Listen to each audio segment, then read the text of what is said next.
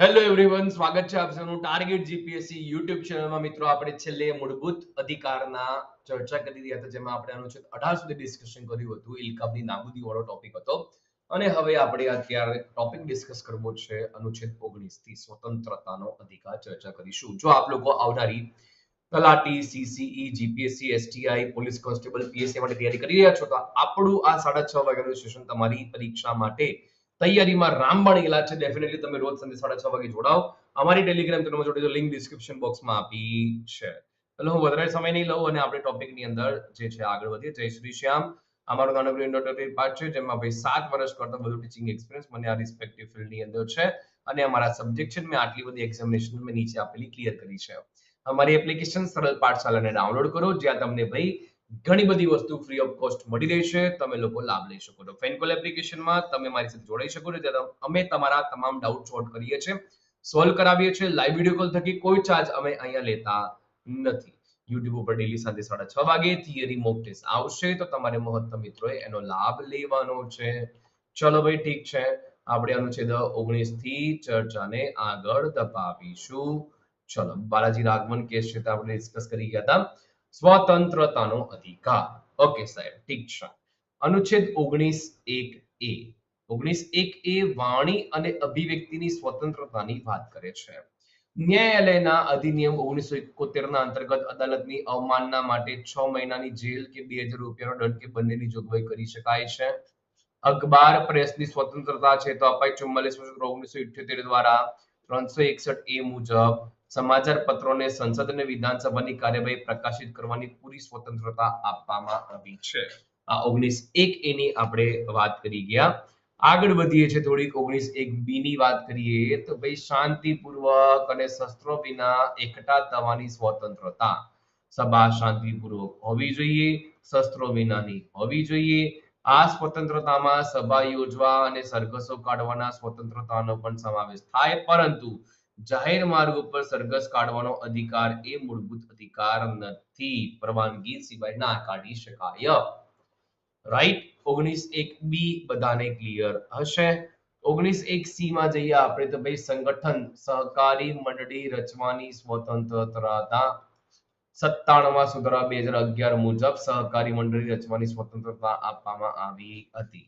બરાબર. બંધારણનો 9(b) part છે, તે તમારે ધ્યાનમાં રાખવાનો છે. Okay, 9(c).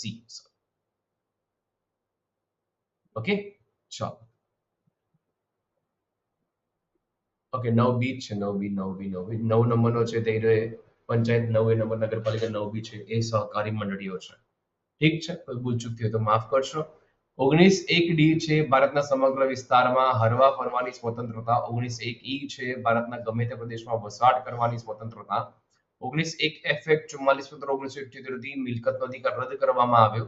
અને બરાબર, 19(1)(g) છે જે કોઈ પણ વ્યવસાય અથવા નોકરી, કામકાજ, વેપાર, ધંધો કરવાની સ્વતંત્રતા આપવામાં આવી છે. રાઈટ. આ તમારા 19(1). અનુચ્છેદ 352 જ્યારે થાય ને, તો એ વખતે ભાઈ રાષ્ટ્રપતિ યુદ્ધ અને બાહ્ય આક્રમણના સમયે રાષ્ટ્રીય કટોકટી લાદે ત્યારે અનુચ્છેદ 19(1) ની સ્વતંત્રતાઓ આપોઆપ મુલતવી થઈ જાય છે. મતલબ કે રદ થઈ જાય છે. એ મુલતવીનો અર્થ થાય એમ. બરાબર. ચલો, તો આપણે એને ચર્ચા કરી લઈએ ફટાફટથી. જુઓ, 19(1)(a) વાણી અને અભિવ્યક્તિની સ્વતંત્રતા. 19(1)(b) જો 19(1)(a) માં છે વાણી અને અભિવ્યક્તિની સ્વતંત્રતા. તમે જોઈ શકો છો આખે આખું મારું જે પિક્ચોગ્રાફી ફોર્મેટ છે. શાંતિપૂર્વક શસ્ત્રો વિના ભેગા થવાની સ્વતંત્રતા. જો 19(1)(b) માં ભેગા થવાનું કહે છે. પહેલા વાણી અને અભિવ્યક્તિની સ્વતંત્રતા લઈ લો. ભેગા થવાનું. 19(1)(c) માં સહકારી મંડળી બનાવવાની, સંગઠન બનાવવાનું. અને જો સંગઠન ના બને તો 19(1)(d) છે એમાં હરવા ફરવા જતા રહેવાનું આખા ભારત દેશમાં. 19(1)(e) છે એમાં ભાઈ તમને વસવાટ કરી લેવાનો. પહેલા 19(1)(f) છે તે તો રદ છે. અને 19(1)(g) છે જે તમને એમ છે કે ભાઈ તમે હરી ફરી લીધું, વસવાટ કરી લીધો, વેપાર કરીને પૈસા કમાવાનો, તો ખાસો શું, તો વેપાર કરવાની સ્વતંત્રતા. આ ટ્રીક છે સરસ મજાની. એવી તમારે એને ધ્યાનમાં રાખવાની છે, પરીક્ષા માટે મોસ્ટ ઇમ્પોર્ટન્ટ છે. ઓકે સાહેબ, ઠીક છે.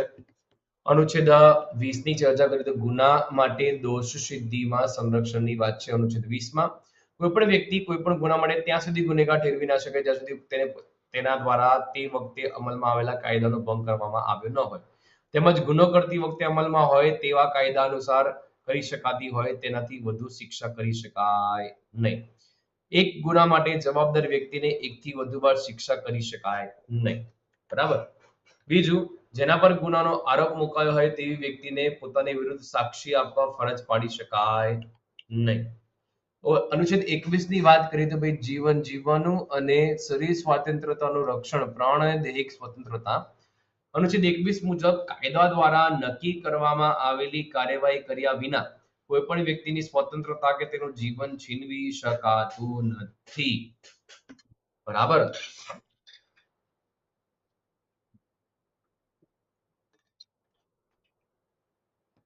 આગળ ચર્ચામાં આપણે વધીએ. અનુચ્છેદ 21A, રાજ્ય 6 થી 14 વર્ષની વયના તમામ બાળકને મફત અને ફરજિયાત શિક્ષણ આપવા માટે કાયદાથી નક્કી કરે તેવી જોગવાઈ કરશે. 86મા સુધારો 2002 થી આ 21A અમલીકરણમાં આવ્યું. ખાનગી શૈક્ષણિક સંસ્થાઓમાં 25% બેઠકો આર્થિક રીતે નબળા વર્ગના લોકો માટે અનામત રાખવાની જોગવાઈ કરી આરટીઈ એક્ટ 2009 પ્રમાણે.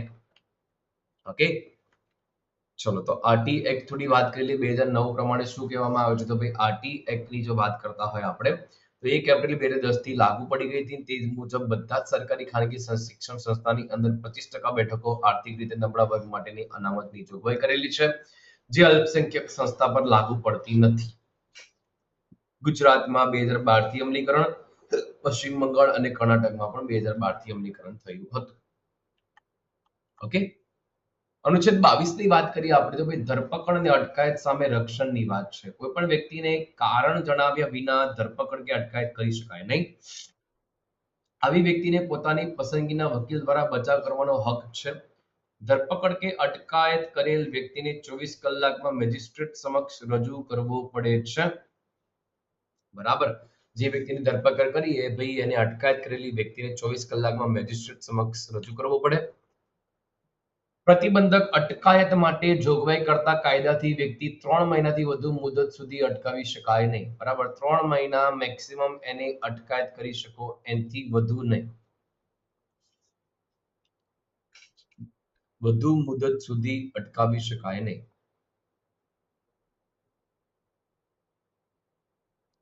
પ્રતિબંધક અટકાયત શું છે તો ભાઈ ગુનાઓ આચરતા અટકે તે માટે અટકાયત કરવામાં આવે અને પ્રતિબંધક અટકાયત કહેવામાં આવે છે.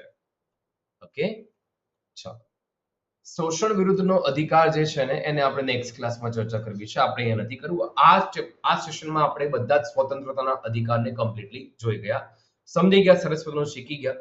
વધુમાં વધુ મિત્રો સુધી શેર કરજો અને આપણી યુટ્યુબ ચેનલ સબસ્ક્રાઇબ તમે ન કર્યું તો ભાઈ ડેફિનેટલી કરી લેજો, કારણ કે આપણી યુટ્યુબ ચેનલ ઉપર તમને ડેઈલી સાંજે 6:30 વાગે તમારી માટે ભારતનું બંધારણ અને ભારતનો ઇતિહાસ છે અત્યારે આવી રહ્યો છે. 10 થી 12 મિનિટનો વિડીયો આપણે રાખીએ છીએ, પણ એ 10 મિનિટનો વિડીયો તમારી એક્ઝામ માટે મોસ્ટ ઇમ્પોર્ટન્ટ પ્રૂવ થશે. ઓકે, મળીએ છીએ નેક્સ્ટ ક્લાસમાં. જય હિન્દ, જય ભારત, જય જય ગરવી ગુજરાત, જય શ્રી શ્યામ ખાટુ શ્યામ બાબાની જય હો. મળીએ નેક્સ્ટ ક્લાસમાં. Thank you for watching this video. Subscribe, share and like.